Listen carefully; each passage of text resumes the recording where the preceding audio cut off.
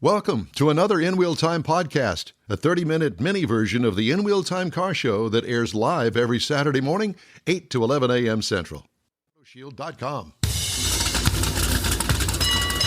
This is the world's favorite place to go for podcasting and live streaming. It's the In Wheel Time car talk show. Ahead, NHRA Hall of Famer inductee Coleman Roddy. Mars has This Week in Auto History and the events calendar. We'll get you caught up on the stories making automotive news headlines this week. Today's program sponsored by Mecum Auctions Houston, April 4th through the 6th at NRG Center. Howdy, along with Mike out of this world Mars. We always need more Jeff Zekin. I'm Don Armstrong. Glad you could join us today. We let David Ainsley, our chief engineer, sleep in. I hope he heard that. I hope he did too. Because that means that he's not sleeping in. Oh, he'd be all over the comment section. Yeah. Soon. He's probably not even home yet. Did he go somewhere? I'm assuming. He's a young guy. The young guys do that. No, he's younger than us. He's not young. Oh, yeah, he is. Well, he's just younger than us, that's all.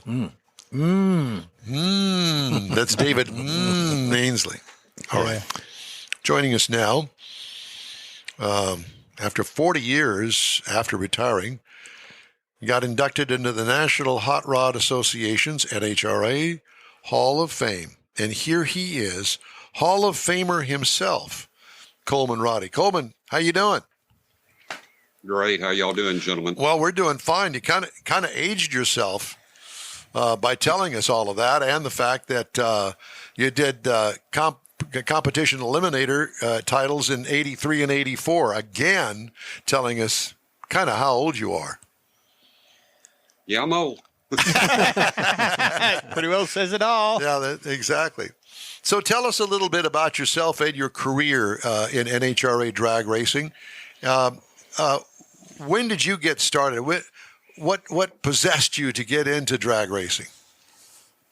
It was definitely my father, Ed Roddy. He raced in the early and mid 50s. He retired in 1957. Racing a 40 Ford with an Olds engine in it that set the national record in August of 57, right before he retired. It ran 13 flat at 101.5 miles an hour, which was kind of crazy, unheard of in 1957. My 23-year-old Corvette runs a 13 flat. That's the best that it'll do. And, it's relatively stock. So that means a lot from 1957, and that car running that fast. He basically, I don't know, it just genetically rubbed off on me. And then in my mid-teens, maybe 16 or 17, unfortunately, I was basically started off as a street racer. Which is where I met you. There you go. 68 Camaro. And got beat by everybody early on, and then finally learned how to do it with help from a lot of locals. And the first guy I met when I went to Houston was Luther and Tommy Costales at Houston Engine Balancing. And they basically gave me some tips. The car got, toward the end of my street racing career, got really, really fast. I think the best it ran was 998. So I kind of, just kind of got too fast, so really couldn't get anybody to race me anymore. And then that's when me and Dad decided to turn, quote unquote, pro in 1976. Trading our 427s in for basically 287 cubic inch small block Chevys. Well, that era, it would have been the 302 kind of setup from Chevrolet that they put in the Z28. Eventually, when I first started, basically it was a small bore motor. It wasn't the big bore motor like we ended up running, the Z28 style motor. Yeah. The 287s had a little longer stroke and a little longer stroke and a little bit smaller bore. So you couldn't run as big of valves in them, and they weren't nearly as efficient. Later on in my career, when me and David Nickens teamed up, and I started winning and running really fast. We used the 302 block 30 over and basically de-stroked the 3-inch crankshaft down to 2,700, if you can imagine that. It ran a 2,700 stroke. So those motors, even back then, we'd cross the finish line at about 9,900 RPMs. 9,900 RPM. Humming, really humming. Yeah, I was going to say Singing. screaming is Sewing more like machine, it. yeah. I see a picture here of you standing behind your Camaro. I guess it was your street Camaro at the time. It had a big scoop on the hood. That's a cool looking car. Sitting on top of the carburetors, I assume. And is that the same car that you ran with all of the graphics on the side of it later on? Absolutely. It is the same car. Yes, that was my real, I would consider first real race car. And then we modified it several times. We ran gas with it with a fiberglass front end. And then eventually we went to F modified with David Nickens power, set the record, and was semi-successful with it. We won, I think, 3 races with it. But then graduated into the 65 Corvette, and the Firebird, which were much, much better race cars. Why were they better race cars? The Camaro had a 108-inch wheelbase. Of course, the 63 through 67 Corvettes all had 98-inch wheelbase, and they were, the engine set back, everything. They were one of the most efficient race cars ever in modified and competition eliminator. And, mine was no exception. It did everything right. The only knock I ever had on the Corvette was the fact that when you put the wheel tub in it, in order to put the big tire in it, a guy 6'3.5" like me, I basically had to shift the car 4 times in the quarter with my knees kind of up in my chest. I never had enough room to stretch out and be comfortable in the car. Well, and that was the Corvette. What did you say that you also had a Firebird? The Firebird was my most. The Firebird was a famous car. It was built by John Harrison. It was his brainchild. That car had a 101-inch wheelbase. It had enough room inside for me to stretch out. I was very comfortable in the car. We ran modified production with that car, and it was the first of its kind. John came up with all of these. It was the prototype for all the cars that basically imitated it afterwards.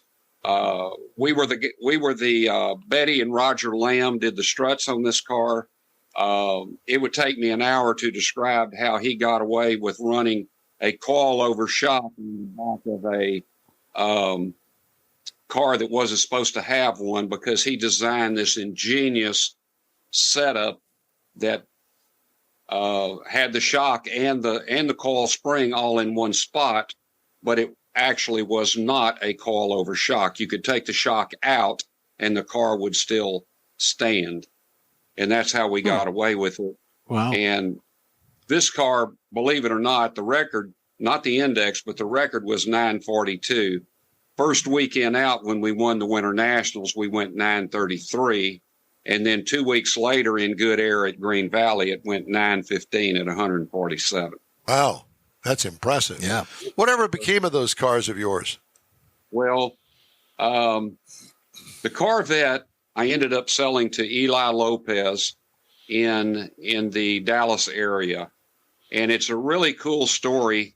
I got a call from them, or a text from them in 22, that they had something that they wanted me to have. Well, the Corvette had been gone many, many, many decades ago, but it had 2 hoods. And the one hood that I ran on the car had been in their loft for 40 years. And there it is. Oh my gosh. They presented you with the hood.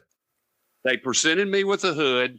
It is absolutely the same. If you can see this right here, this is from 1983 when I won the World Championship.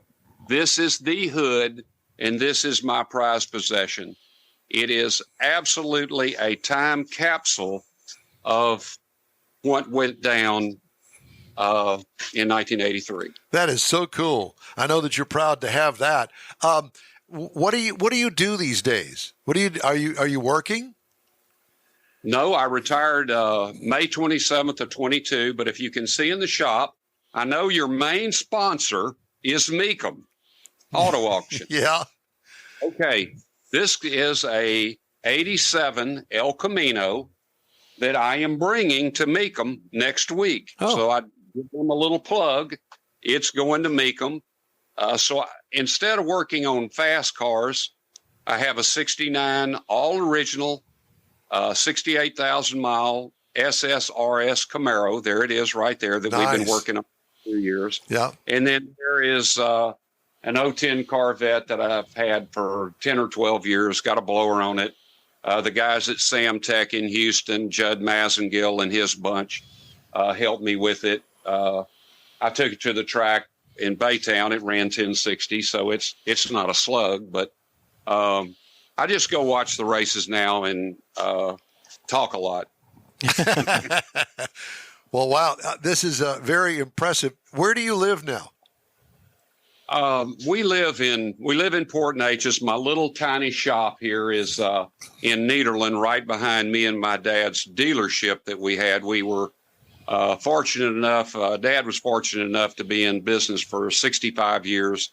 I helped him for 51 years. You see all these little blue ribbons everywhere. These little blue ribbons were we won best used car dealer of the year for, 20 or 22 years, but he passed away in 22 and it was never going to be the same. So I decided to retire. Oh, well, tribute to Dad. Yeah. I mean, that's quite a story and very impressive racing career as well. Do you attend any races anymore? Not in competition, just to go watch? I do. I go every chance I can. I did want to mention one thing before time gets away from us. This little wall right here is basically a culmination of my racing career. Now, we are in the Museum of the Gulf Coast here in Port Arthur, and but the thing, I raced a long time, but I was not very good. When Vic Custer, John Harrison, and David Nickens helped me, the last 2 years we raced, when we won the World Championship, we won 9 races, and we were runner-up 3 times in 2 years. And then the last year, which I don't have it here, it's in the museum, we were able to outpoint all the other world champions, me and my team, to win the Quaker State Sportsman Cup, which was the greatest honor as a quote-unquote sportsman racer that we could achieve. So that's when I retired. We retired after that year when we won the Sportsman Cup. And I don't know if y'all know anything about the Museum of the Gulf Coast, but it is a wonderful, wonderful place. Here I actually grew up in Port Arthur. And if, anybody down here, if you get time, because they've got Jimmy Johnson and, Janis Joplin and all these people in there. But and Mike Mars. And Mike Mars. Yeah, the Mike Mars Museum. Mike Mars has been through there, but he's not in there. No, go see Coleman and a bunch of people. You're in it in my book. There you go. Well, it's been a real pleasure to talk to you, and we thank you so much for joining us today. And the Museum of the Gulf Coast, I assume that we could find that online? You can, and you'd be surprised to see some of the names of the people that are in there. I would be. Yeah. I would be. Very cool. Well, Coleman, we'll hope to see you one of these days soon in person. Yes, sir. All right. Well, we look forward to it. And again, thanks so much for joining us on this Saturday. Well, it was my pleasure and honor to do it, and y'all keep up the good work. Thank you, my Thank friend. you, sir. Talk Take to care. you soon. You bet. That what a fun interview. Yeah. He still makes it out. The Needle and Drag still runs like on a third Saturday or something. It's not nothing like it was when we were growing up, but he still gets out there every once in a while. You'll see him on the side of the road. Yeah, that's what I said. Yeah, watches it. Part of the festivities. Well, we're not done with you yet. Now we have the events calendar, Mr. Mars. What events do you have, sir? I have lots of events. I can see that you need to have a file. I put it under the bottom. Assistant. That's the wrong thing. How about this one? The events calendar coming up today, March the 30th, 7 a.m. to 3:30 p.m. You can still catch part of the Space City Cruisers Spring Car Show down in League City. Spectators are free. Come out and check it out at spacecitycruisers.com. Next week is the big Mecum Auto Auction here in Houston, NRG, April 4th through 6th. One-day ticket is $30, multi-day is $75. This is one. Even if you're not a buyer, this is a great car show to go see. The auction is a big show to see as well. I've got some friends Makeup.com for more information. Then coming up April 13th, Space City Corvette Club 20th Annual Corvettes and Crawfish. Drive your Corvette out and get some crawfish. Gates open at 8:30. Awards are at 3. Pre-registers $45. Day of the show is $50. This is at Stevenson Park. 1100 South Friendswood Drive in Friendswood. Go to SpaceCityCorvetteClub.com for more info. Then coming up, the big Hot Rod Tour of Texas, April the 25th through the 28th. Victoria, Texas kickoff for 3 days of cruising through Texas. Then the next weekend, May 4th and 5th, Keels and Wheels at the Lakewood Yacht Club down in Seabrook. Keels-wheels.com for more info. And then June 7th through 9, 49th Lone Star Street Rod Association State Run in Granbury. Go to lssra.org for more information for the events. Thank you. The In Wheel Time Car Talk Show is available 24/7 through the iHeartRadio app. Just look for In Wheel Time Car Talk. We also video stream on Facebook, YouTube, and InWheelTime.com. Podcasts, you can get them from your favorite podcast provider. The In Wheel Time Car Talk Show continues after this. Pro-Am Auto Accessories has been serving Houston's auto enthusiasts since 1984, providing world-class products for sports cars, European sedans, and American muscle. Pro-Am is known as the place to go to find exclusive and hard-to-find parts and accessories. Pro-Am is one of the very first distributors in the USA for brands such as Recaro, Redline, Momo, Corbo, and Simpson. Located in the heart of Houston's premier retail and service corridor, the Galleria area, Pro-Am's walk-in storefront includes an 8,000-square-foot warehouse, showroom, and installation bays. Pro-Am not only sells parts and accessories, but also offers installation and service. Pro-Am is now reaching a worldwide audience through Pro-Am.com, taking its local reputation to the rest of the world. At Pro-Am Auto, you'll be dealing with a small group of professionals who truly want to help you with your automotive needs. If you don't see what you're looking for on the website, call and Pro-Am will lend you a hand. Pro-Am Auto, 6125 Richmond at Green Ridge in Houston's Galleria area. Call them at 713-781-7755. Want to feel good about something special you did for someone special? In Wheel Time and the original Lupi Tortilla group of Tex-Mex restaurants have joined together to help a very worthy cause, God's Garage, a Christian-based 501c3 charity. We know there are lots of places and organizations out there where you can donate a car, truck, or SUV, but we're asking you, our car enthusiast family, to consider donating to God's Garage. Visit godsgarage.org and learn about its mission, the women that have been helped, how each one is screened, and about their Restore You program. A car donation is an easy way to make a difference in the lives of others. God's Garage needs good operating vehicles, but will take all types in working and non-working condition. Make your heart and soul feel good by donating your gently used vehicle and help support single mothers, widows, and wives of deployed military at godsgarage.org. Mecum Auctions, the world's largest collector car auction company, returns to Houston, Texas, April 4th through the 6th at NRG Center, featuring 1,000 muscle cars, Corvettes, trucks, customs, and more. Broadcast on Motor Trend TV and streaming live on Max. From avid collectors to those new to the Mecum experience, we welcome everyone. Register to bid now at Mecum.com. Thank you for joining us. You're on the In Wheel Time Car Talk Show, and time now for Mr. Mars' feature event, Auto History. Back to back. I got to load it. Go ahead. This week, in 1968, Lincoln introduced the Continental Mark III. Now, a focus group actually provided feedback that this was negative. And they didn't particularly care for it, but Lee Iacocca and Henry Ford II loved it, overruled the group, put it in production. But it did not carry any Ford or Lincoln badging. It was Continental. It was the only badges on it. I'd drive it. Yeah, I would too, with a 460 cubic inch engine under the hood, luxury interiors, including leather seating.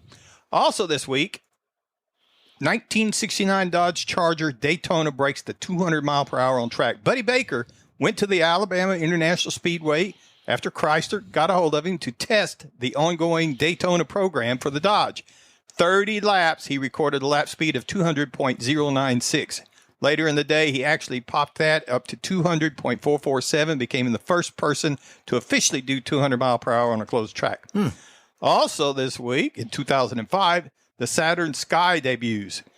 It came out with a press release. A lot of people liked it. A lot of people said it was going to be great. Shared a platform with the Pontiac Solstice and the Opel GT, which should have been a telltale sign.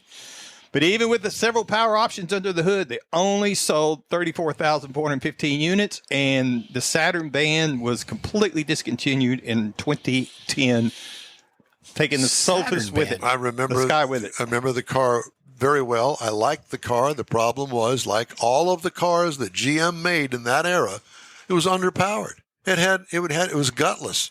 It was terrible.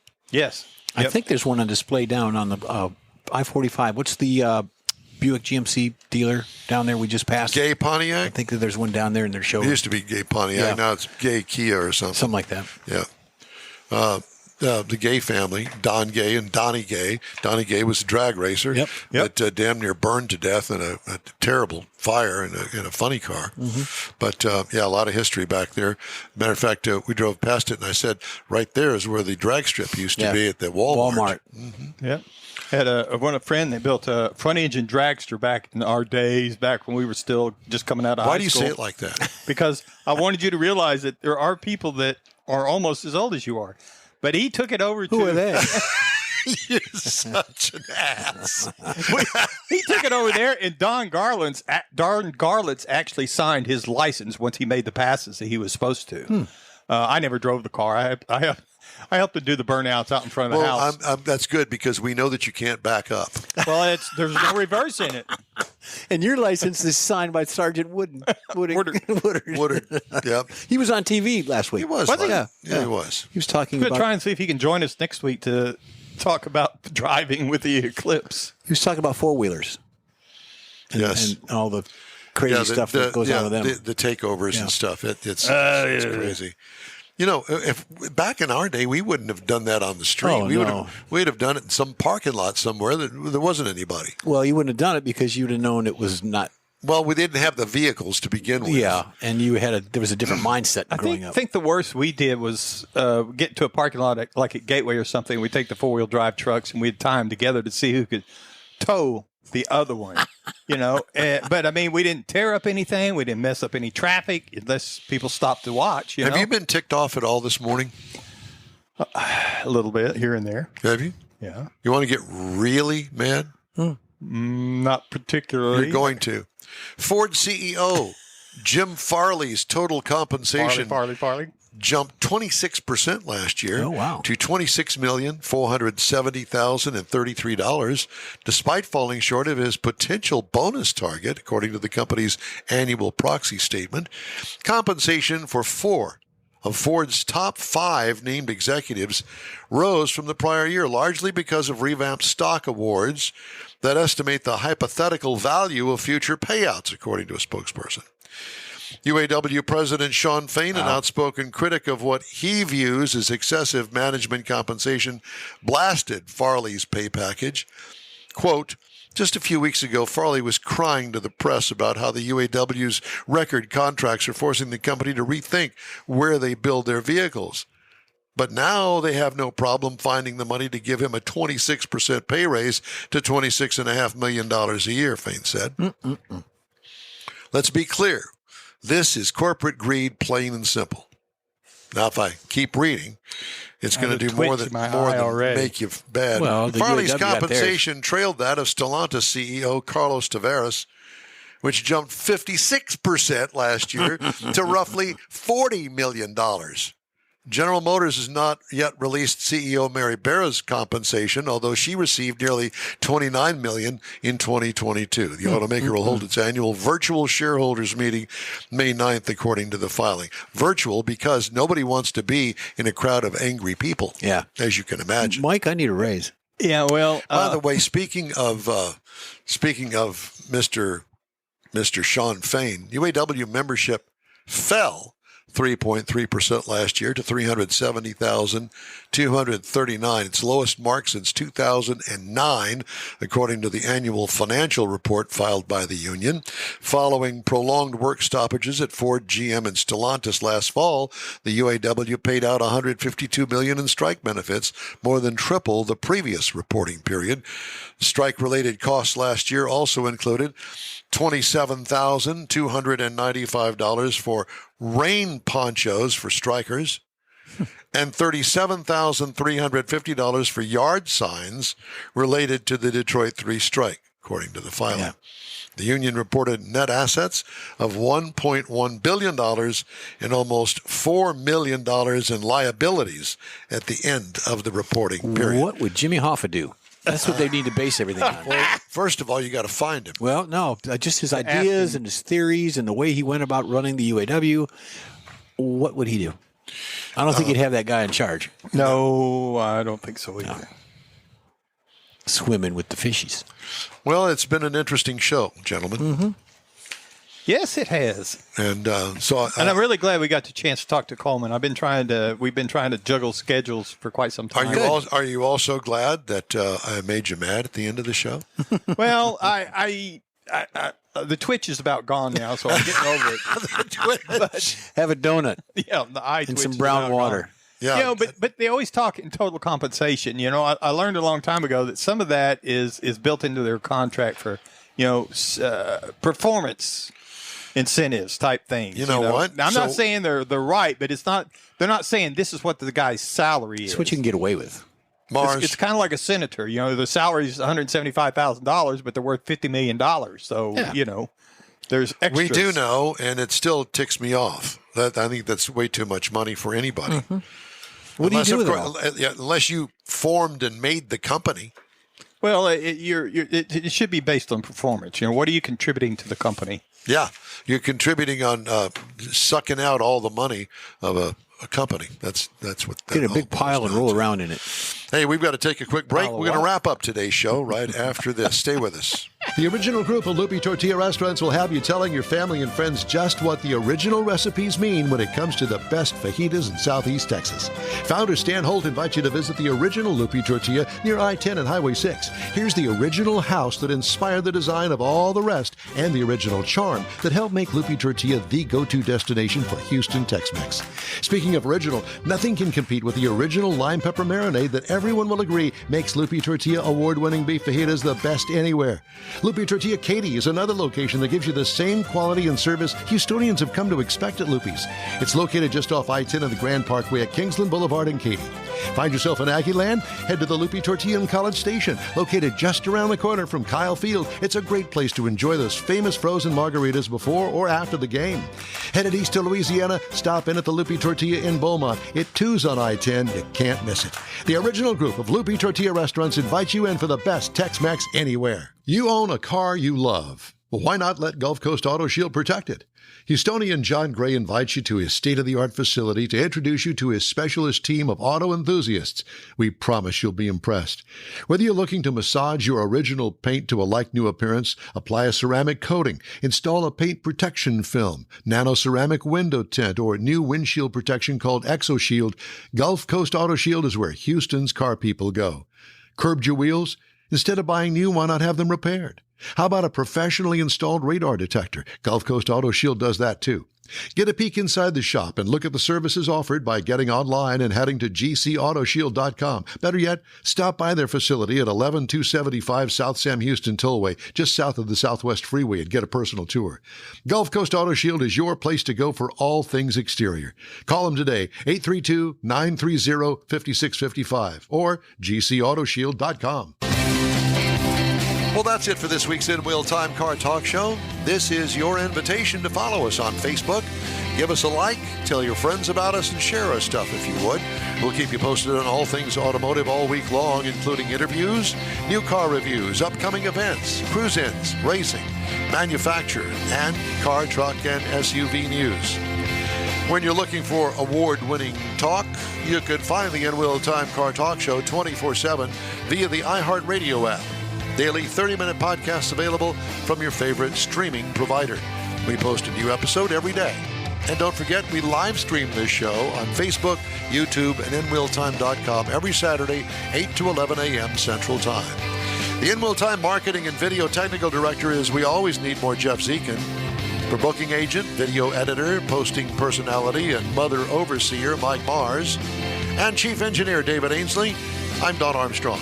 We hope you'll join us next week for another live, award-winning production of the In Wheel Time Car Talk Show next Saturday, April 6th already, 8 to 11 on all of our In Wheel Time Car Talk outlets. Have a great Easter weekend and be safe out there.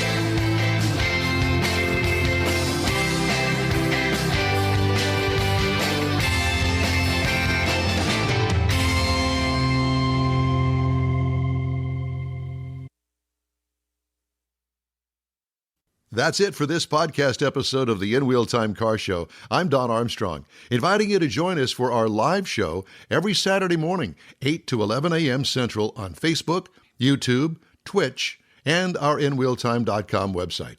Podcasts are available on Apple Podcasts, Spotify, Stitcher, iHeart Podcast, Podcast Addict, TuneIn,